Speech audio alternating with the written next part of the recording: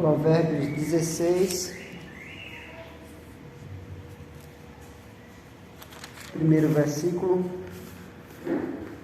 nos diz: o coração do homem pode fazer planos, mas a resposta certa vem do Senhor. Todos os caminhos do homem são puros aos seus olhos, mas o Senhor pesa o espírito.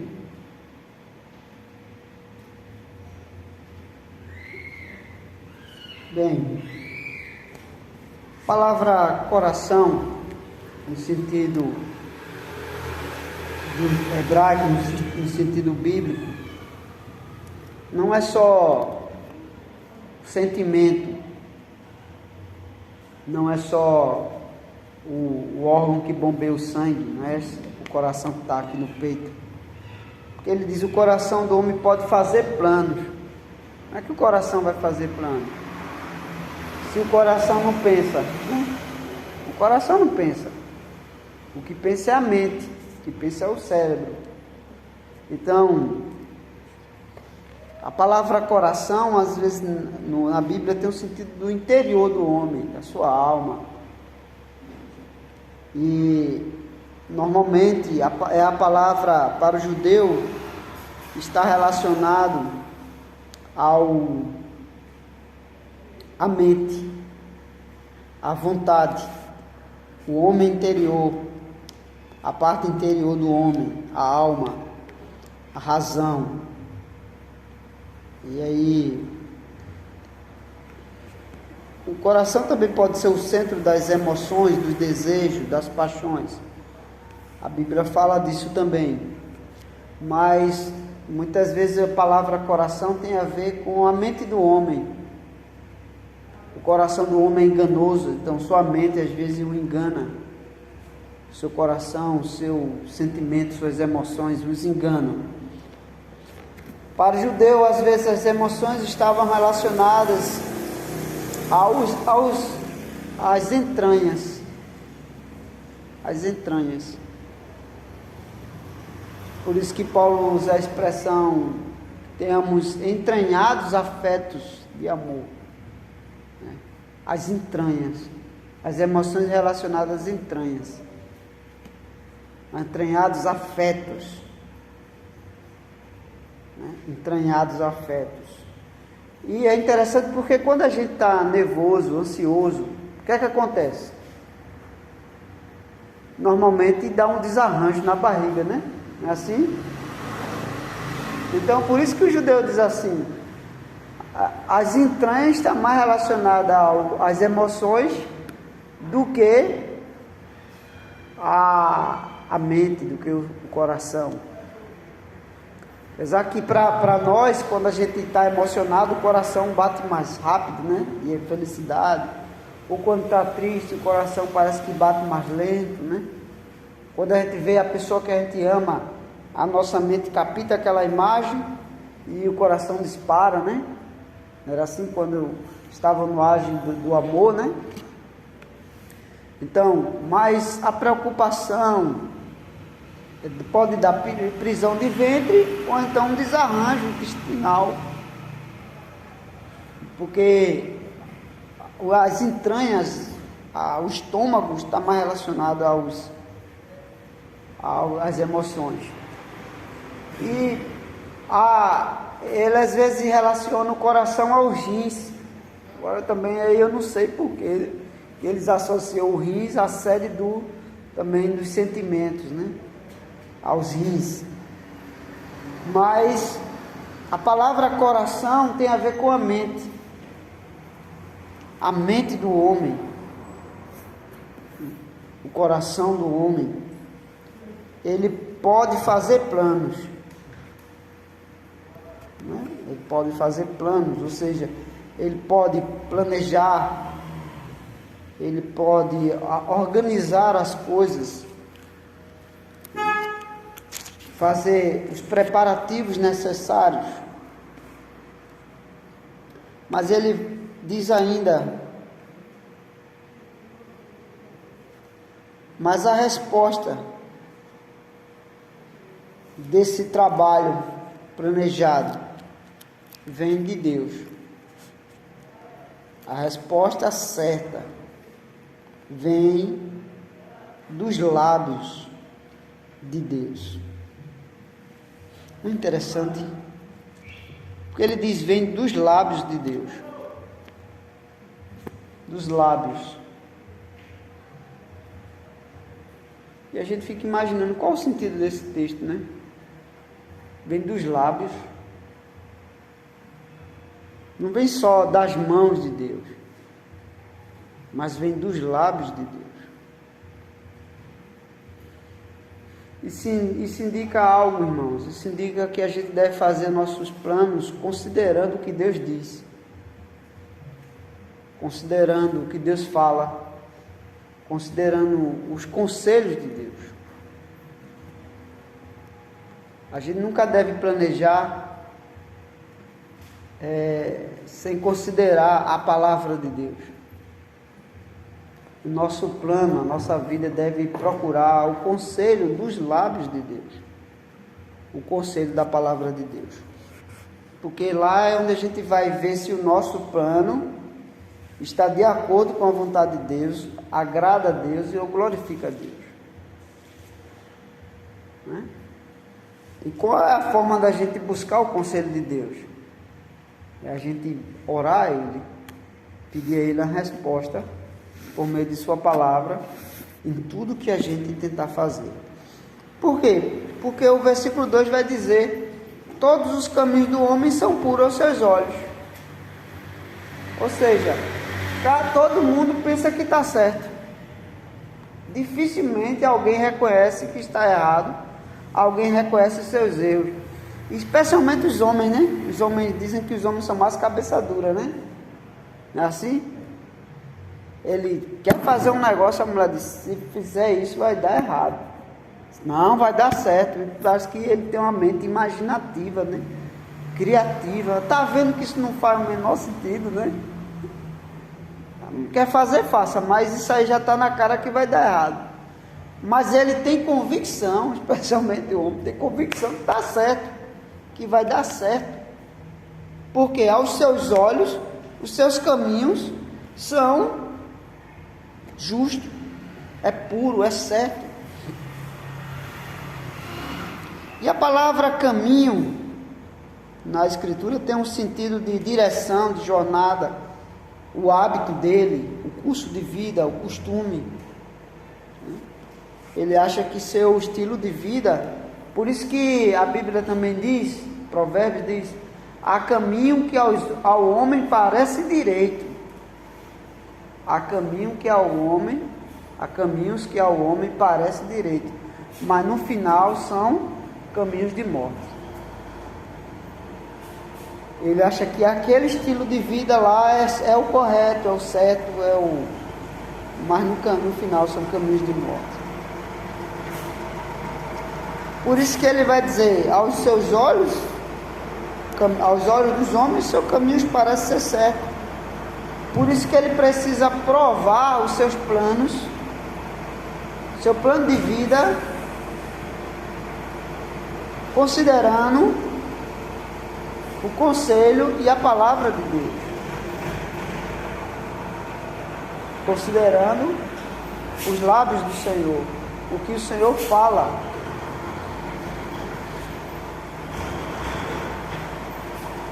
Por isso que o Provérbios também vai dizer que nós não devemos nos estribar em nossos próprios conselhos. Tem como um cavalo, né, que se estriba em seu próprio instinto, né? Mas o Senhor pesa, o Senhor examina, né, as intenções do coração do homem, porque o homem pode pensar que está certo, mas o Senhor vai dar a certeza de que ele está certo ou não, porque pela sua palavra ele revela ao homem onde ele está enganado. E onde ele também pode estar certo. E aí na palavra vem a confirmação do que é certo ou do que é errado, né? O Senhor pesa, o Senhor examina, né? O Senhor traz equilíbrio. O Senhor, a palavra do Senhor prova se o nosso estímulo, se o nosso projeto e nossos planos estão corretos, né? Por isso que ele diz no versículo 13, confia ao Senhor as tuas obras. E interessante que a palavra confiar aqui é como se fosse rolar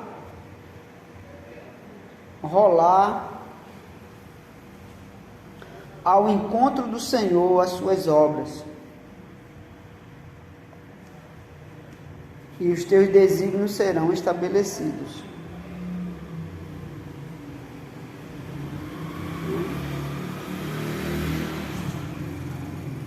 É a ideia de rolar ao Senhor, e lançar ao Senhor, né? Por isso que a oração, o que é a oração? A oração é o oferecimento dos nossos desejos a Deus.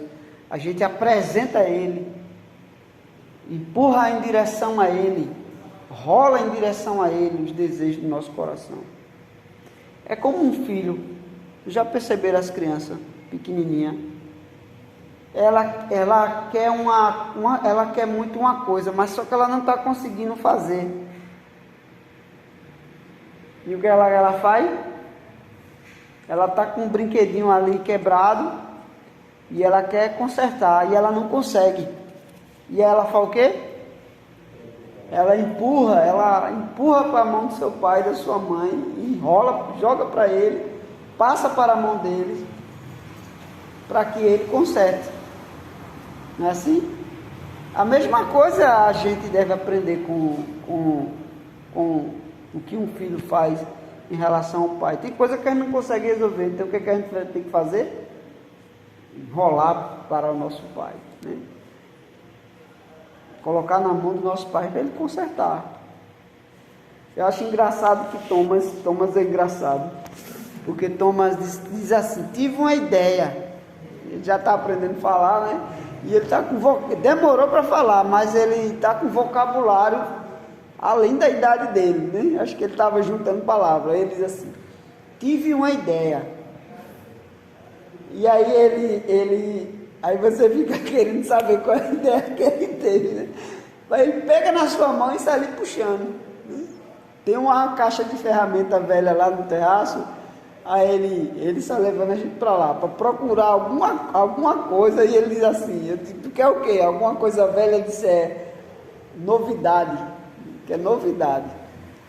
Ele quer achar alguma coisa velha, algum pedaço de cano, alguma torneira quebrada, alguma coisa que a gente guarda na caixa de ferramenta, para inventar uma ideia, né?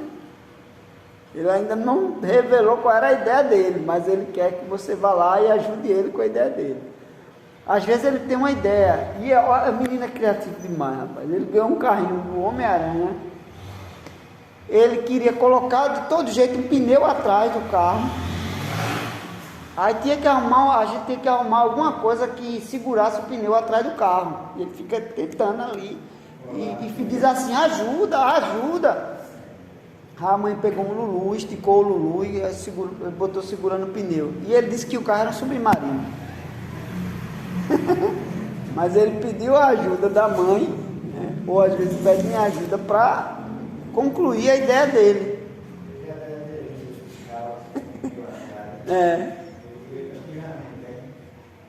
Ele tem um jipinho que tem. E ele disse que era um submarino. Que ideia, a ideia é complicada, viu? Então, às vezes ele tem a ideia de montar um carro e querer montar com outro. Ele gosta muito do Monster Truck, né? Que é um carro que tem uns pneuzão grande, né? Monster Trucks, né? Ele tem uns carros que tem uns pneuzão bem grandes, tipo aquelas caminhonetes, né? Dos Estados Unidos, né? E aí ele tira o pneu dos carros pequenos e quer arrancar o pneu do carro grande para botar no carro pequeno. Aí o carro da polícia é Monster. Eu tinha um carro da polícia pequenininho, pediu para tirar o pneu, para abrir o carro, tirar o pneu, pediu para tirar o pneu do carro grande, para botar no carro pequeno, e quando botou disse assim, polícia Monster, né? Monster.